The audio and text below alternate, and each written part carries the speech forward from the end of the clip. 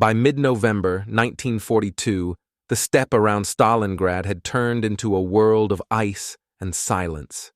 Snow crusted over shattered trenches, artillery craters, and frozen corpses half buried in drifts. The German Sixth Army, once the pride of Wehrmacht discipline, was stretched thin across hundreds of kilometers of exposed front, desperately maintaining a siege they believed was nearly won. The city behind them burned day and night, a jagged skeleton of steel and concrete perched on the Volga's icy shore.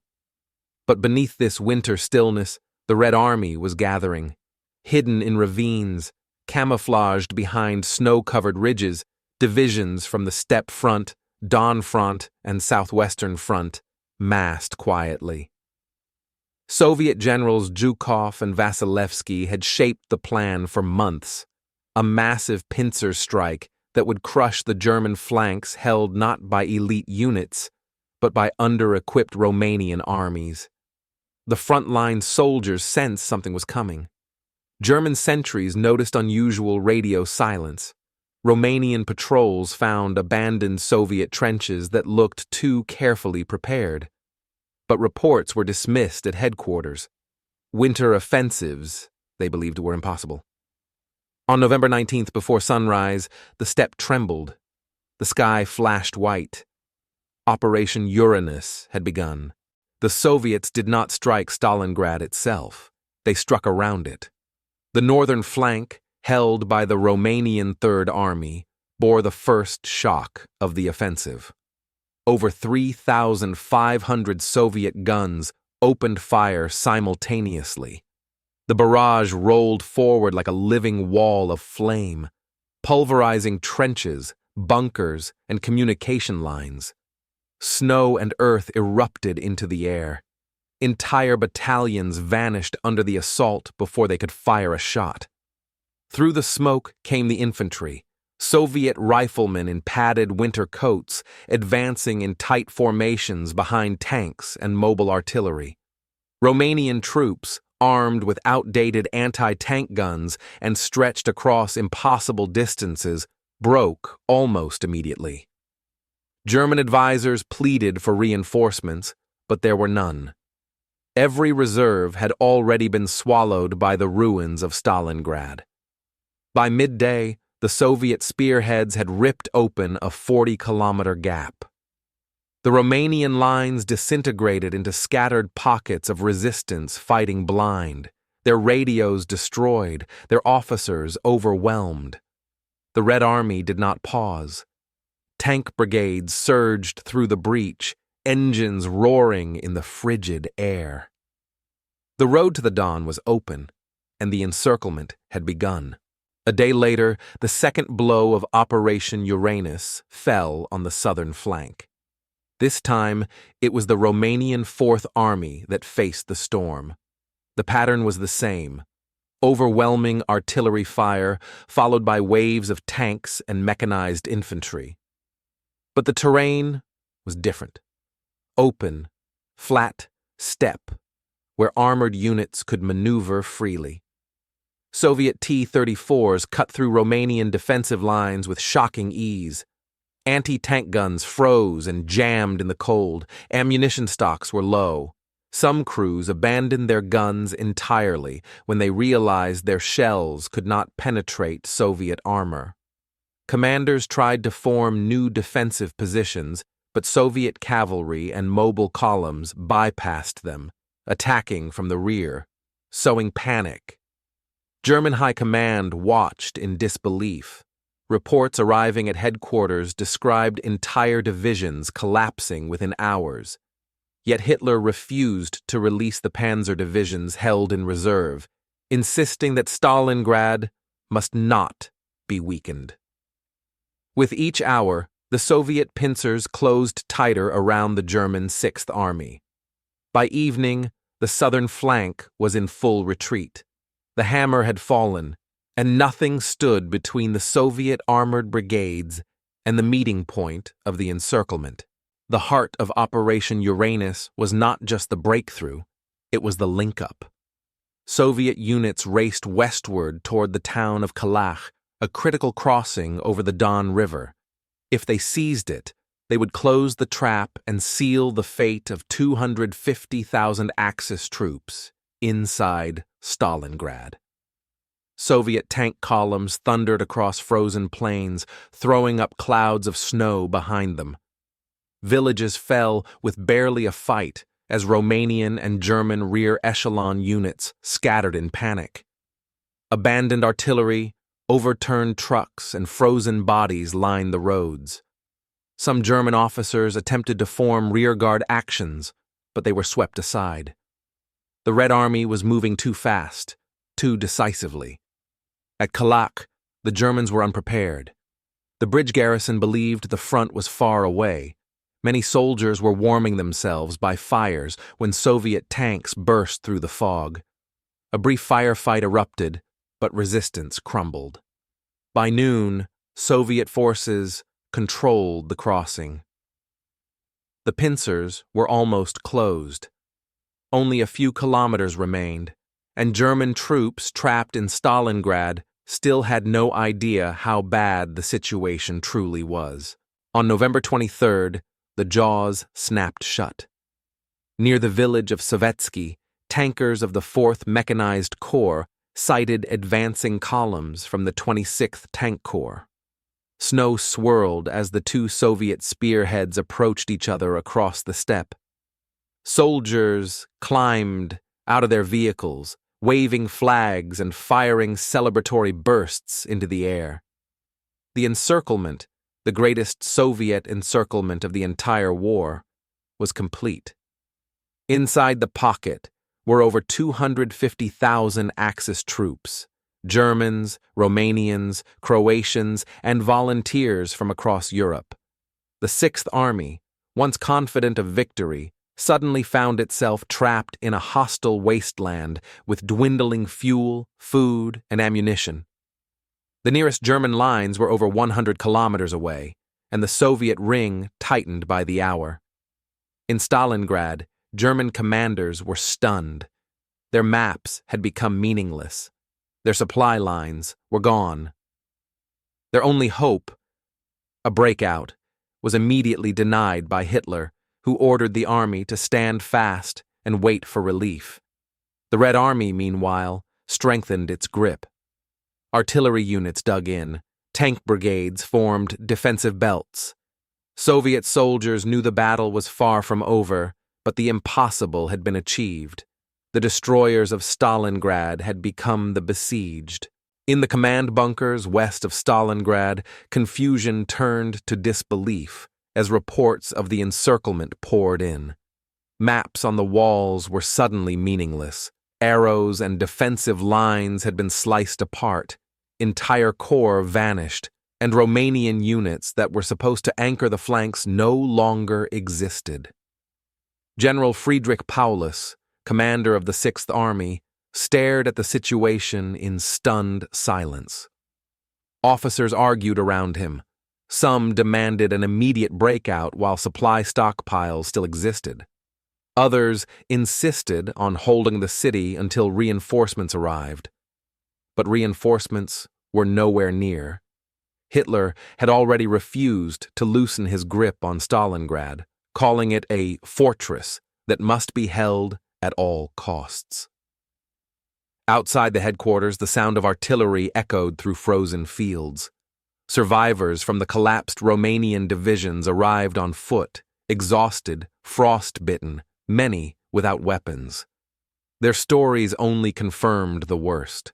The Soviet attack was larger than anything the Germans had anticipated. Luftwaffe officers promised an airlift to supply the trapped Sixth Army. But the winter skies told a different story. Blizzards, freezing winds, and the distant thunder of Soviet aircraft hunting anything that moved. Inside the pocket, the first true fear settled in. They were trapped, and no one was coming. Once the initial shock passed, survival became the only priority. The encircled German forces, soldiers from dozens of divisions, retreated into makeshift defensive rings around Stalingrad, relying on trenches dug into frozen soil and bunkers reinforced with furniture, bricks, and the remains of destroyed vehicles. Food rations shrank to almost nothing. A single loaf of bread was divided into 12 or more parts. Frozen horse meat became a luxury. Water had to be melted from ice or snow over tiny flames made from broken crates. Fuel was even scarcer. Vehicles sat motionless, frozen into the earth, their engines dead in the cold. Medical stations overflowed. Wounded soldiers lay on thin blankets in unheated buildings, trembling from fever and frostbite. Supplies were nearly gone. Morphine was a memory. German doctors performed surgeries with saws and knives heated over candles. Outside, the temperature dropped to -25°C. Soviet artillery pounded the pocket daily. Entire blocks of ruins collapsed under the barrage. German radio operators tried desperately to maintain contact with headquarters, but received only orders to hold the line and wait for relief. Among the men, hope faded with each passing night. While life inside the pocket disintegrated, the Red Army strengthened its grip on the outside. Soviet infantry entrenched along the newly formed encirclement front, building anti-tank positions, digging firing pits, and preparing for potential German relief attempts. Every day, the ring grew stronger, thicker, and deadlier. Commanders overseeing Operation Uranus redirected fresh divisions to seal possible escape routes. Artillery units positioned themselves on high ground, targeting crossroads and supply points inside the pocket. Soviet aircraft patrolled the skies, shooting down German transport planes attempting to deliver supplies. The once grand Luftwaffe airlift shrank into a desperate trickle. Villages surrounding Stalingrad became Soviet strongpoints. Soldiers warmed themselves beside barrel fires, listening to distant explosions from the trapped Sixth Army. Many had fought in the city's ruins only months earlier. Now, they watched the same enemy bleed from hunger and frost on the steppe. Inside the pocket, the mood darkened. German soldiers scrawled notes in diaries describing the unending cold, the hunger, the knowledge that the ring around them was not loosening. It was hardening like steel. In early December, the long-awaited German relief attempt, Operation Winter Storm, finally launched from the southwest. Panzer divisions under General Hoth advanced across frozen open ground, battling Soviet defenders in a race to reach the encircled Sixth Army. At headquarters, Paulus listened as radio reports described the sound of German engines growing closer. Inside the pocket, soldiers climbed onto rooftops and watched distant flashes. Some claimed to hear artillery from the relief forces. Others prepared for a breakout that never came. Paulus, bound by Hitler's orders, refused to abandon Stalingrad without explicit permission. That permission never arrived. Soviet commanders responded quickly. Reserves struck the relief forces' flanks, slowing the advance. Snowstorms rolled in, grounding German aircraft and blinding tank crews. Within days, the offensive stalled. Winter Storm had failed. The men inside the pocket felt the moment the last hope died. The roaring engines fell silent. The radio reports stopped. The knowledge settled in. No one would break through. The Sixth Army was alone. By late December, Stalingrad became a frozen graveyard. Snow drifted through shattered windows. Ruins that once echoed with battle now stood silent, except for the howl of winter wind. The encircled German forces were reduced to defensive clusters, their lines thinning with every casualty. Starvation became the enemy. Soldiers searched abandoned buildings for scraps, dug through snow for frozen potatoes missed by earlier scavengers. Horses, dogs, and even leather belts were boiled for sustenance. Many collapsed during night watch, unable to stand in the cold. Soviet troops watched from their trenches. The Red Army no longer needed to storm the city. It only had to wait. Patrols reported German positions growing weaker, quieter, shadows of their former strength. Every few days, prisoners surrendered in small groups, frostbitten and delirious. Inside the pocket, discipline eroded. Some officers tried to maintain order, others slipped into despair. Radios crackled with empty promises from faraway headquarters. The men knew the truth. The winter would finish what the encirclement had begun. January 1943 opened with a grim rhythm. Soviet artillery at dawn, frost at midday, starvation by night. The encircled German Sixth Army was shrinking in size and strength. Entire regiments existed only on paper. Battalions consisted of a few dozen survivors. Platoons were commanded by sergeants because the officers were either dead or bedridden. The Red Army intensified pressure on all fronts. Infantry probes tested weak points. Artillery systematically destroyed supply depots, headquarters, and airfields inside the pocket. Soviet spotters watched for the faint glint of aircraft. Each transport plane shot down meant hundreds fewer rations delivered. The Luftwaffe, operating from distant frozen airstrips, lost dozens of planes each week. Inside Stalingrad, order dissolved. German soldiers huddled in abandoned factories, turning machine gun nests into shelter against the cold. Civilians, trapped since summer, shared basements with wounded soldiers. Supplies were so limited that even medical units could barely function. Bandages were washed and reused. Wounded men burned with fever in unheated rooms lit only by candles. Soviet commanders knew the end was near. The noose had tightened to a fraction of its original diameter.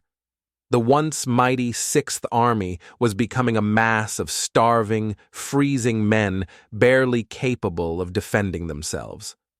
The Red Army prepared for the final blow. On January 10th, 1943, the steppe erupted in fire. The Soviets unleashed Operation Ring, the final phase of the destruction of the Sixth Army. Over 7,000 artillery pieces opened fire simultaneously. The barrage lasted hours, smashing trenches, collapsing bunkers, and tearing apart the last German strongpoints around Stalingrad. When the guns fell silent, infantry and tanks surged forward. The Germans could barely respond. Ammunition was almost gone. Mortars were silent. Most machine guns jammed in the cold. Soviet assault groups advanced block by block, overrunning positions defended by skeletal soldiers too weak to stand. Paulus attempted to reorganize his forces, creating hedgehog pockets of resistance in factories and apartment blocks. But Soviet attacks simply flowed around them, cutting off each strong point and reducing it with close-range fire. Dozens of German officers surrendered without firing a shot, convinced their men could no longer fight. The pocket shrank rapidly. In 2 days, the Sixth Army lost half the remaining territory it still held. Soviet troops marched deeper into the ruins, and the end of the battle came sharply into view. The final German resistance clustered around the factory district, the same maze of concrete where the battle had raged months earlier. But now, the defenders were shadows of the soldiers who once held these positions. They fought with trembling hands, wrapped in blankets, frost-bitten, starving, coughing from untreated illnesses. Soviet troops advanced through the ruins of the Red October, barricade, and tractor plants. Tanks fired point-blank into workshops where German soldiers hid between rusted machines and piles of rubble. Soviet infantry cleared each room with grenades and shouts echoing through the broken beams. German strongpoints collapsed almost instantly, the defenders too exhausted to resist. The Volga River, frozen in jagged sheets of ice, marked the final boundary. German forces were pushed into a narrowing strip between the factories and the riverbank. Paulus's headquarters, located in a cellar beneath a department store, received hourly updates. Positions gone, battalions surrendered, lines collapsed. The army was dying in front of him.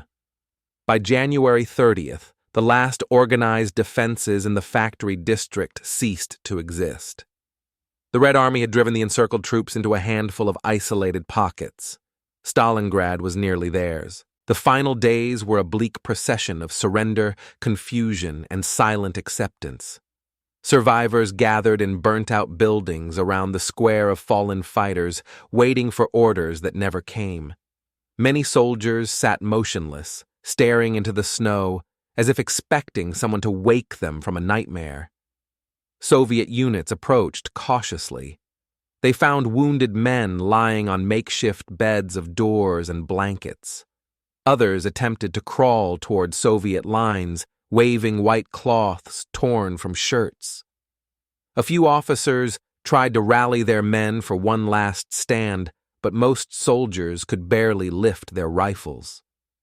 On January 31st, Paulus surrendered the southern part of the pocket. He became the first German field marshal ever captured, having refused both Hitler's orders to fight to the last man and the unspoken expectation to commit suicide. The Red Army treated him with cold formality and moved on. The northern group still resisted, but only from inertia. Communications collapsed. Ammunition was gone. When Soviet forces overran the last pockets on February 2nd, the defenders offered no fight. The battle was over. The snow-covered ruins of Stalingrad fell silent at last. Smoke drifted over factory shells and collapsed buildings. Soviet soldiers walked among heaps of rubble, searching for survivors. Ambulance sleds carried wounded Germans and Soviets alike to makeshift field hospitals. Fires flickered in barrels as exhausted troops warmed themselves after months of unrelenting combat. For the Red Army, victory was monumental. The world had doubted that the Soviet Union could stop the Wehrmacht, let alone encircle and destroy one of its strongest armies. Stalingrad proved the opposite and marked the turning point of the entire war in the East. For the Axis, it was a catastrophe beyond imagination. Over 90,000 survivors marched into captivity, many barely able to walk. Only a few thousand would ever return home. Entire divisions were gone, erased from the order of battle. The proud Sixth Army ceased to exist, but the city itself paid the highest price. Stalingrad was a wasteland of twisted steel, shattered stone, and burned-out factories. Civilians re-emerged from basements like ghosts, searching for relatives, food, or simply a reason to keep going. The echoes of the battle would shape the memory of World War II forever. A symbol of suffering, sacrifice, and the moment when the tide finally turned.